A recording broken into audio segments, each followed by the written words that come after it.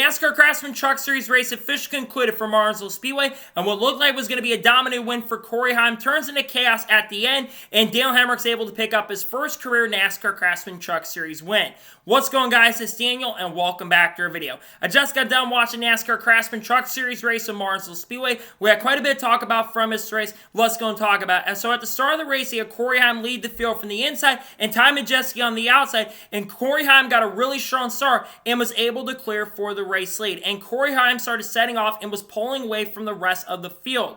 The first caution race come out lap number 13 of the race when Corey Heim would get in the back of Ryan Roulette, who was very slow on the racetrack, was almost 2 seconds behind the leader on the pace.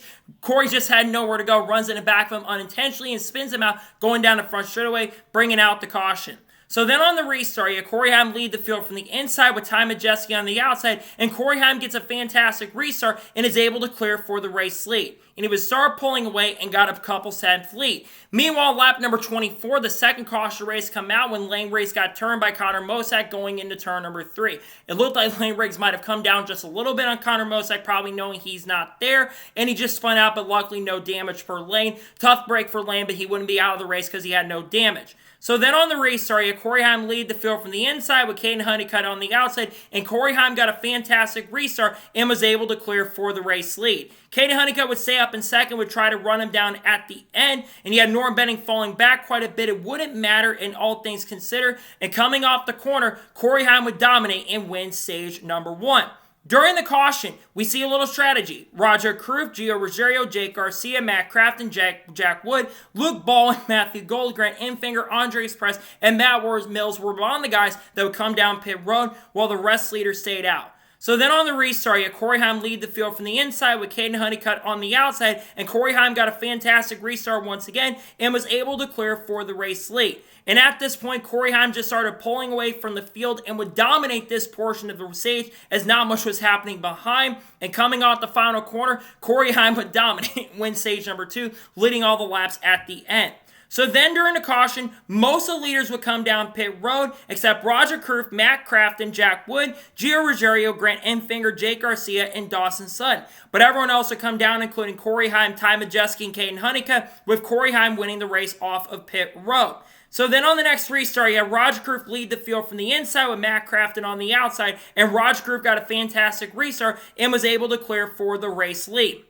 And then a few laps later, Luke Baldwin, who was making his NASCAR Craftsman Truck Series debut, would make a major mistake going into turn number 1. He would send it way hard into the corner and run to the inside of Corey Day, sending Luke Baldwin around on the rumble strips in turn number 1, bringing out the caution. Just a mistake there by Luke Baldwin. That was not intentional, just a big mistake there going in the corner. I know he did not intentionally want to wreck himself at that point. Just a bad break overall, all things considered, but he wouldn't be out of the race. So then we had some more guys come in. Jake Garcia, Luke Baldwin, Frankie Muniz, all those guys would come in while everyone else would stay out. So then on the restart, you had Raj Kroof lead the field from the inside with Matt Crafton on the outside, and Raj Kroof got a pretty solid restart and was able to clear for the lead, with Corey Heim moving up to second position. And then a couple laps later, Corey Heim would get the run on Roger Kroof going into turn number 1 and was able to pass him for the race lead and started pulling away. Meanwhile, you had Jack Wood, who had some damage from some contact from Grant Enfinger, started dropping off and would fall quite back a bit. But then Corey Heim was pulling away from Ty Majeski once again with around 60 laps to go. And then with 53 laps to go, the next caution of the race come out when Corey Day got turned by Dawson Sutton going into turn number 2 and would spin hard into the outside wall, get quite a bit of damage. It looked like Dawson Sutton just ran into the back of him. Tough break for Corey. He's been struggling in a few truck starts he's had this year. Kind of expected it though. He back in the outside wall and got quite a bit of damage. And then we saw strategy once again where Raj Kroof, Grant Enfinger, Tanner Gray, Lane Riggs, William Byron, Stuart Friesen, Ben Rhodes, and Patrick Sarapoli would all come down pit road.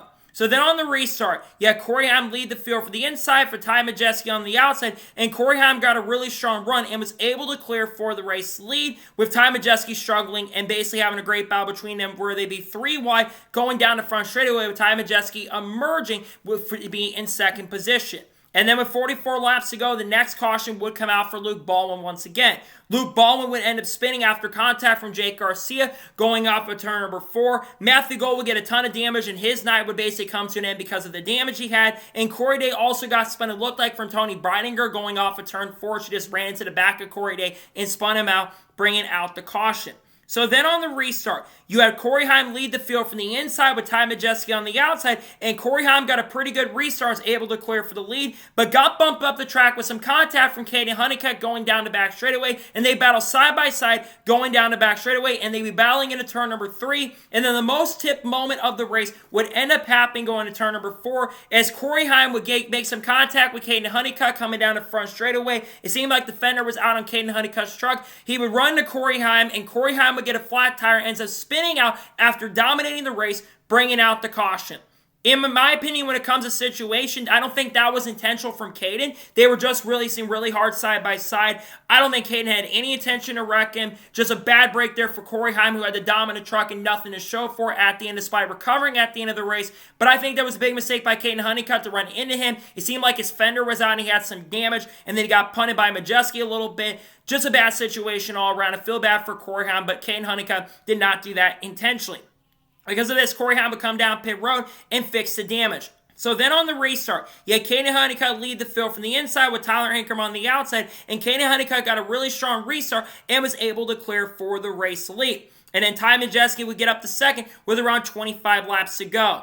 And then the next caution race come out with 22 laps to go when it looked like Tanner Gray got some contact from Grant Enfinger. Tanner Gray ends up spinning out, and Jack Wood ends up getting collected in another incident and another crash, bringing out the caution. Grant Enfinger had been struggling all night long. His truck was not very good in this race, and his chance to win, which he wasn't a factor on night, would be over. All that would get massive damage and would have to go to the tail.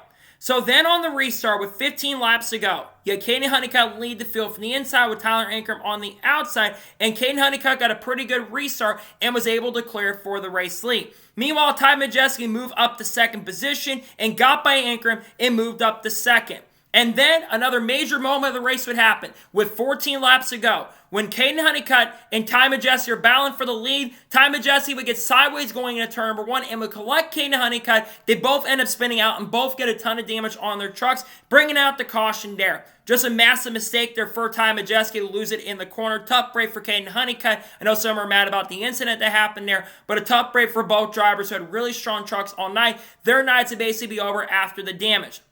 So then, on the final restart of the race, with 9 laps to go, you had Tyler Ankrum lead the field from the inside with Jake Garcia on the outside, and Tyler Ankrum got a really great restart and was able to clear for the race lead, with Garcia having a terrible restart and Hemric moving up to second.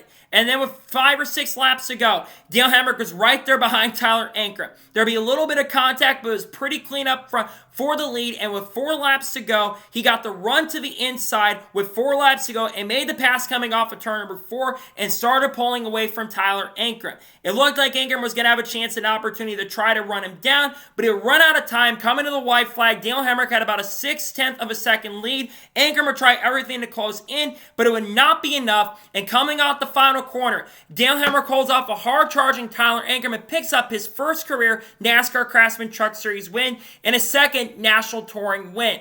After the race concluded, Dale Hemric was able to do his signature backflip that he did when he won the championship in 2021. What a massive win for Daniel Hemric. You think about it at the end of last year. He lost his ride with College Racing, a team he'd been with since 2022 in the Xfinity Series. He got the opportunity, brought it in the NASCAR Cup Series, and then got demoted at the end of the year, and he took the opportunity with McAnally Hilgeman. But a lot of those key personnel left the team. You think about Charles Deneke, the crew chief, of course, for Bubba Wallace this season, left Eckes and went up with Bubba. Christian Eckes moved up. A lot of those personnel from the 19 team moved up as well. I am so happy for Daniel Hemric. He's gotten a second chance and opportunity, and I know he didn't have the fastest truck all night, but he was a top 5 truck most of the evening, stayed up front, got in the right position and right time, picks up his first career truck win. I'm so happy for him. He deserved the chance to go back to trucks and prove himself. I really hope this long-term propels him to a Cup Series ride maybe in the future, but I'm so happy for Daniel Hemric. Congratulations to him on picking up his first career Truck Series win, a well-deserved win for him.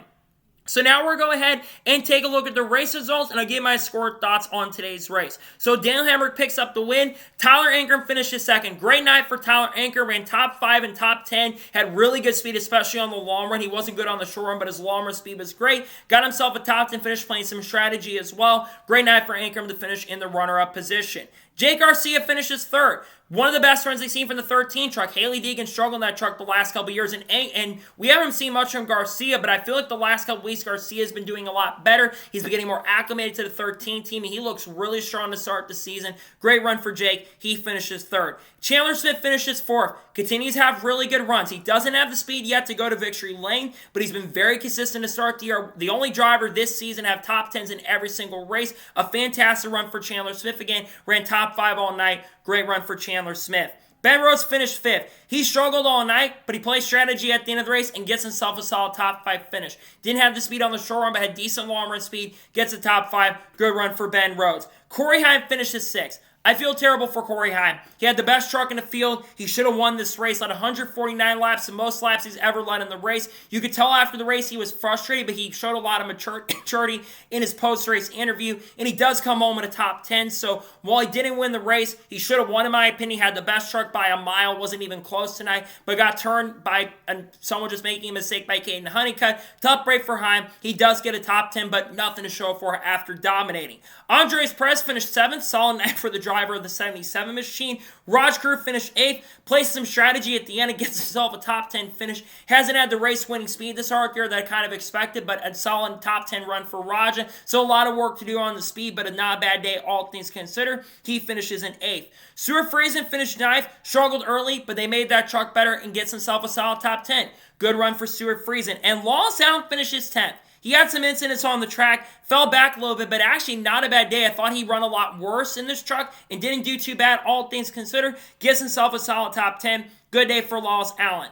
Lane Riggs finishes 11th. Lane Riggs, unfortunately, after getting turned by Connor Mosack, he just fell behind early. It was a decent recovery because some people played the equal strategy that he played, and he does get a top 15 finish, which isn't bad, but I think he had a truck capable of winning the race tonight, but unfortunately, just nothing to show for, but he does get a top 15, so not a bad night, but it could have been a better night for Lane Riggs. Gio Ruggiero finished 12th, ran top 10 in quite a bit of this race, had a good truck tonight, just not enough to be a contender. He does finish in the top 15. Ty Majeski finished 13th. I think he had the second best truck tonight. I think he was the best of the rest of the field behind Corey Heim. Unfortunately, getting caught up in the incident, he fell back a bit, but he still does get a solid top 15 and 13th place. Not a bad run for him. William Byron finished 14th, a really quietly, surprisingly bad run for William Byron, in all honesty. He got some damage late and fell back quite a bit, just not enough for him to be a massive contender. That truck just never had the speed like Larson had at Homestead, unfortunately. Just not the best run for Byron. I thought it'd be more a factor, and he wasn't a factor. He finished 14th. Matt Mills finishes 15th. Dawson Sutton finishes 16th. Spencer Boyd finished 17th. Not a bad drive for the 76 team. Justin Carroll gets a top 20 in 18th place. Pretty good run for him. Jack Wood struggled on night. He finishes 19th. And Patrick Sarapoli in his Truck Series debut, he finished 20th. Not a bad night for the driver of the 84 machine. Tanner Gray finished 21st. Luke Ballin finished 22nd. I want to give Luke a shout out because I know he made a lot of mistakes tonight, but he showed a lot of promise in this race, showed a lot of potential, had top 5, top 10 speed, was really fast in practice. I think Luke has a lot of potential, and I think he's going to get that refined. He's very raw. He's got a lot of potential to be good. Still got some work to do, though, but he does finish 22nd. Matt Gold finished 23rd. Tony Breininger continues to struggle in trucks. She finished 24th. Connor Mosack, after his issues, he finished 25th. Caden Honeycutt, who had one of the best trucks in the field, gets caught up in that incident with Ty Majeski at the end. He finished 26th after leading 20 laps. Matt Crafton once again struggled. He finished 27th. Nathan Burr finished 28th. Grant Infinger, who just had a bad night all around, he finished 29th. Cody Dennison finishes 30th. AJ Waller finished 31st. It was a really cool story around him. Corey Day finished 32nd. I know Corey Day doesn't have a lot of pavement starts, but he's been struggling in the few races we've seen. I think he'll do better in the Xfinity Series race because long run speed was actually really, really good, but not the best start to the year. I think he still has a lot of work to do on the ovals. He hasn't had the overall pace and just hasn't had the best start to the year. Frankie Muniz finishes 33rd, Norm Benning finished 34th, and Ryan Merlet finishes last in 35th place. So now let's talk about the overall race as a whole, and I'll give my score and thoughts on today's race.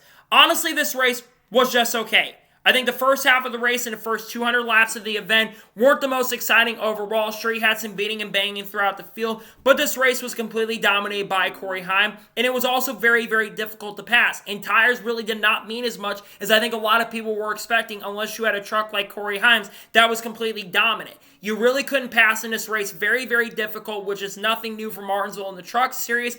I think the Truck Series is one of the weaker series at this track, personally. I think it was an okay race then.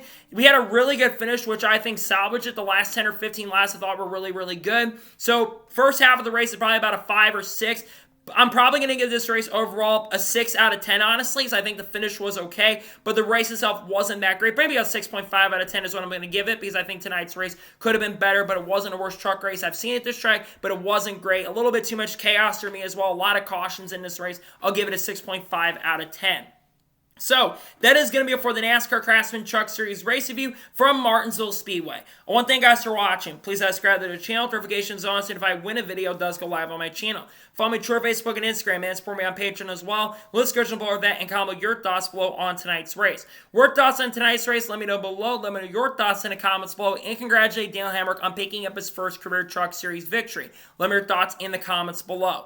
Tomorrow on the channel, we're going to have reactions to NASCAR Cup Series qualifying for Martinsville. We are also going to have the Xfinity review as well. Then, of course, on Sunday, we're going to have the starting lineup video. We're going to have the Cup review, hopefully, depending on the weather. And we will also have the Shane Van Gisbergen video probably dropping as well. And then Monday, we're going to have a NASCAR news video more than likely dropping. We've got some news on Jesse Love to kind of talk about, which we talked about already today. We've also got some throwback paint schemes to look at for Darlington. And we also got other content coming out. People like Haley Deegan, Shane Van Gisbergen, Carl Kurt Busch, Kyle Busch, Kyle Larson, Chase Elliott, Kyle Larson, Bubba Walls, Sam Ayers, Sheldon Creed, Connor Zilch, Junior Motorsports, all the good stuff we'll be talking about on the channel in the coming days. So, anyways, and Eric on roll too. So, anyways, like I said, I want to thank you guys for watching tonight's episode, and I'll see you guys next time for more great, awesome NASCAR content and other motorsports content on the channel like this. Take care, everybody.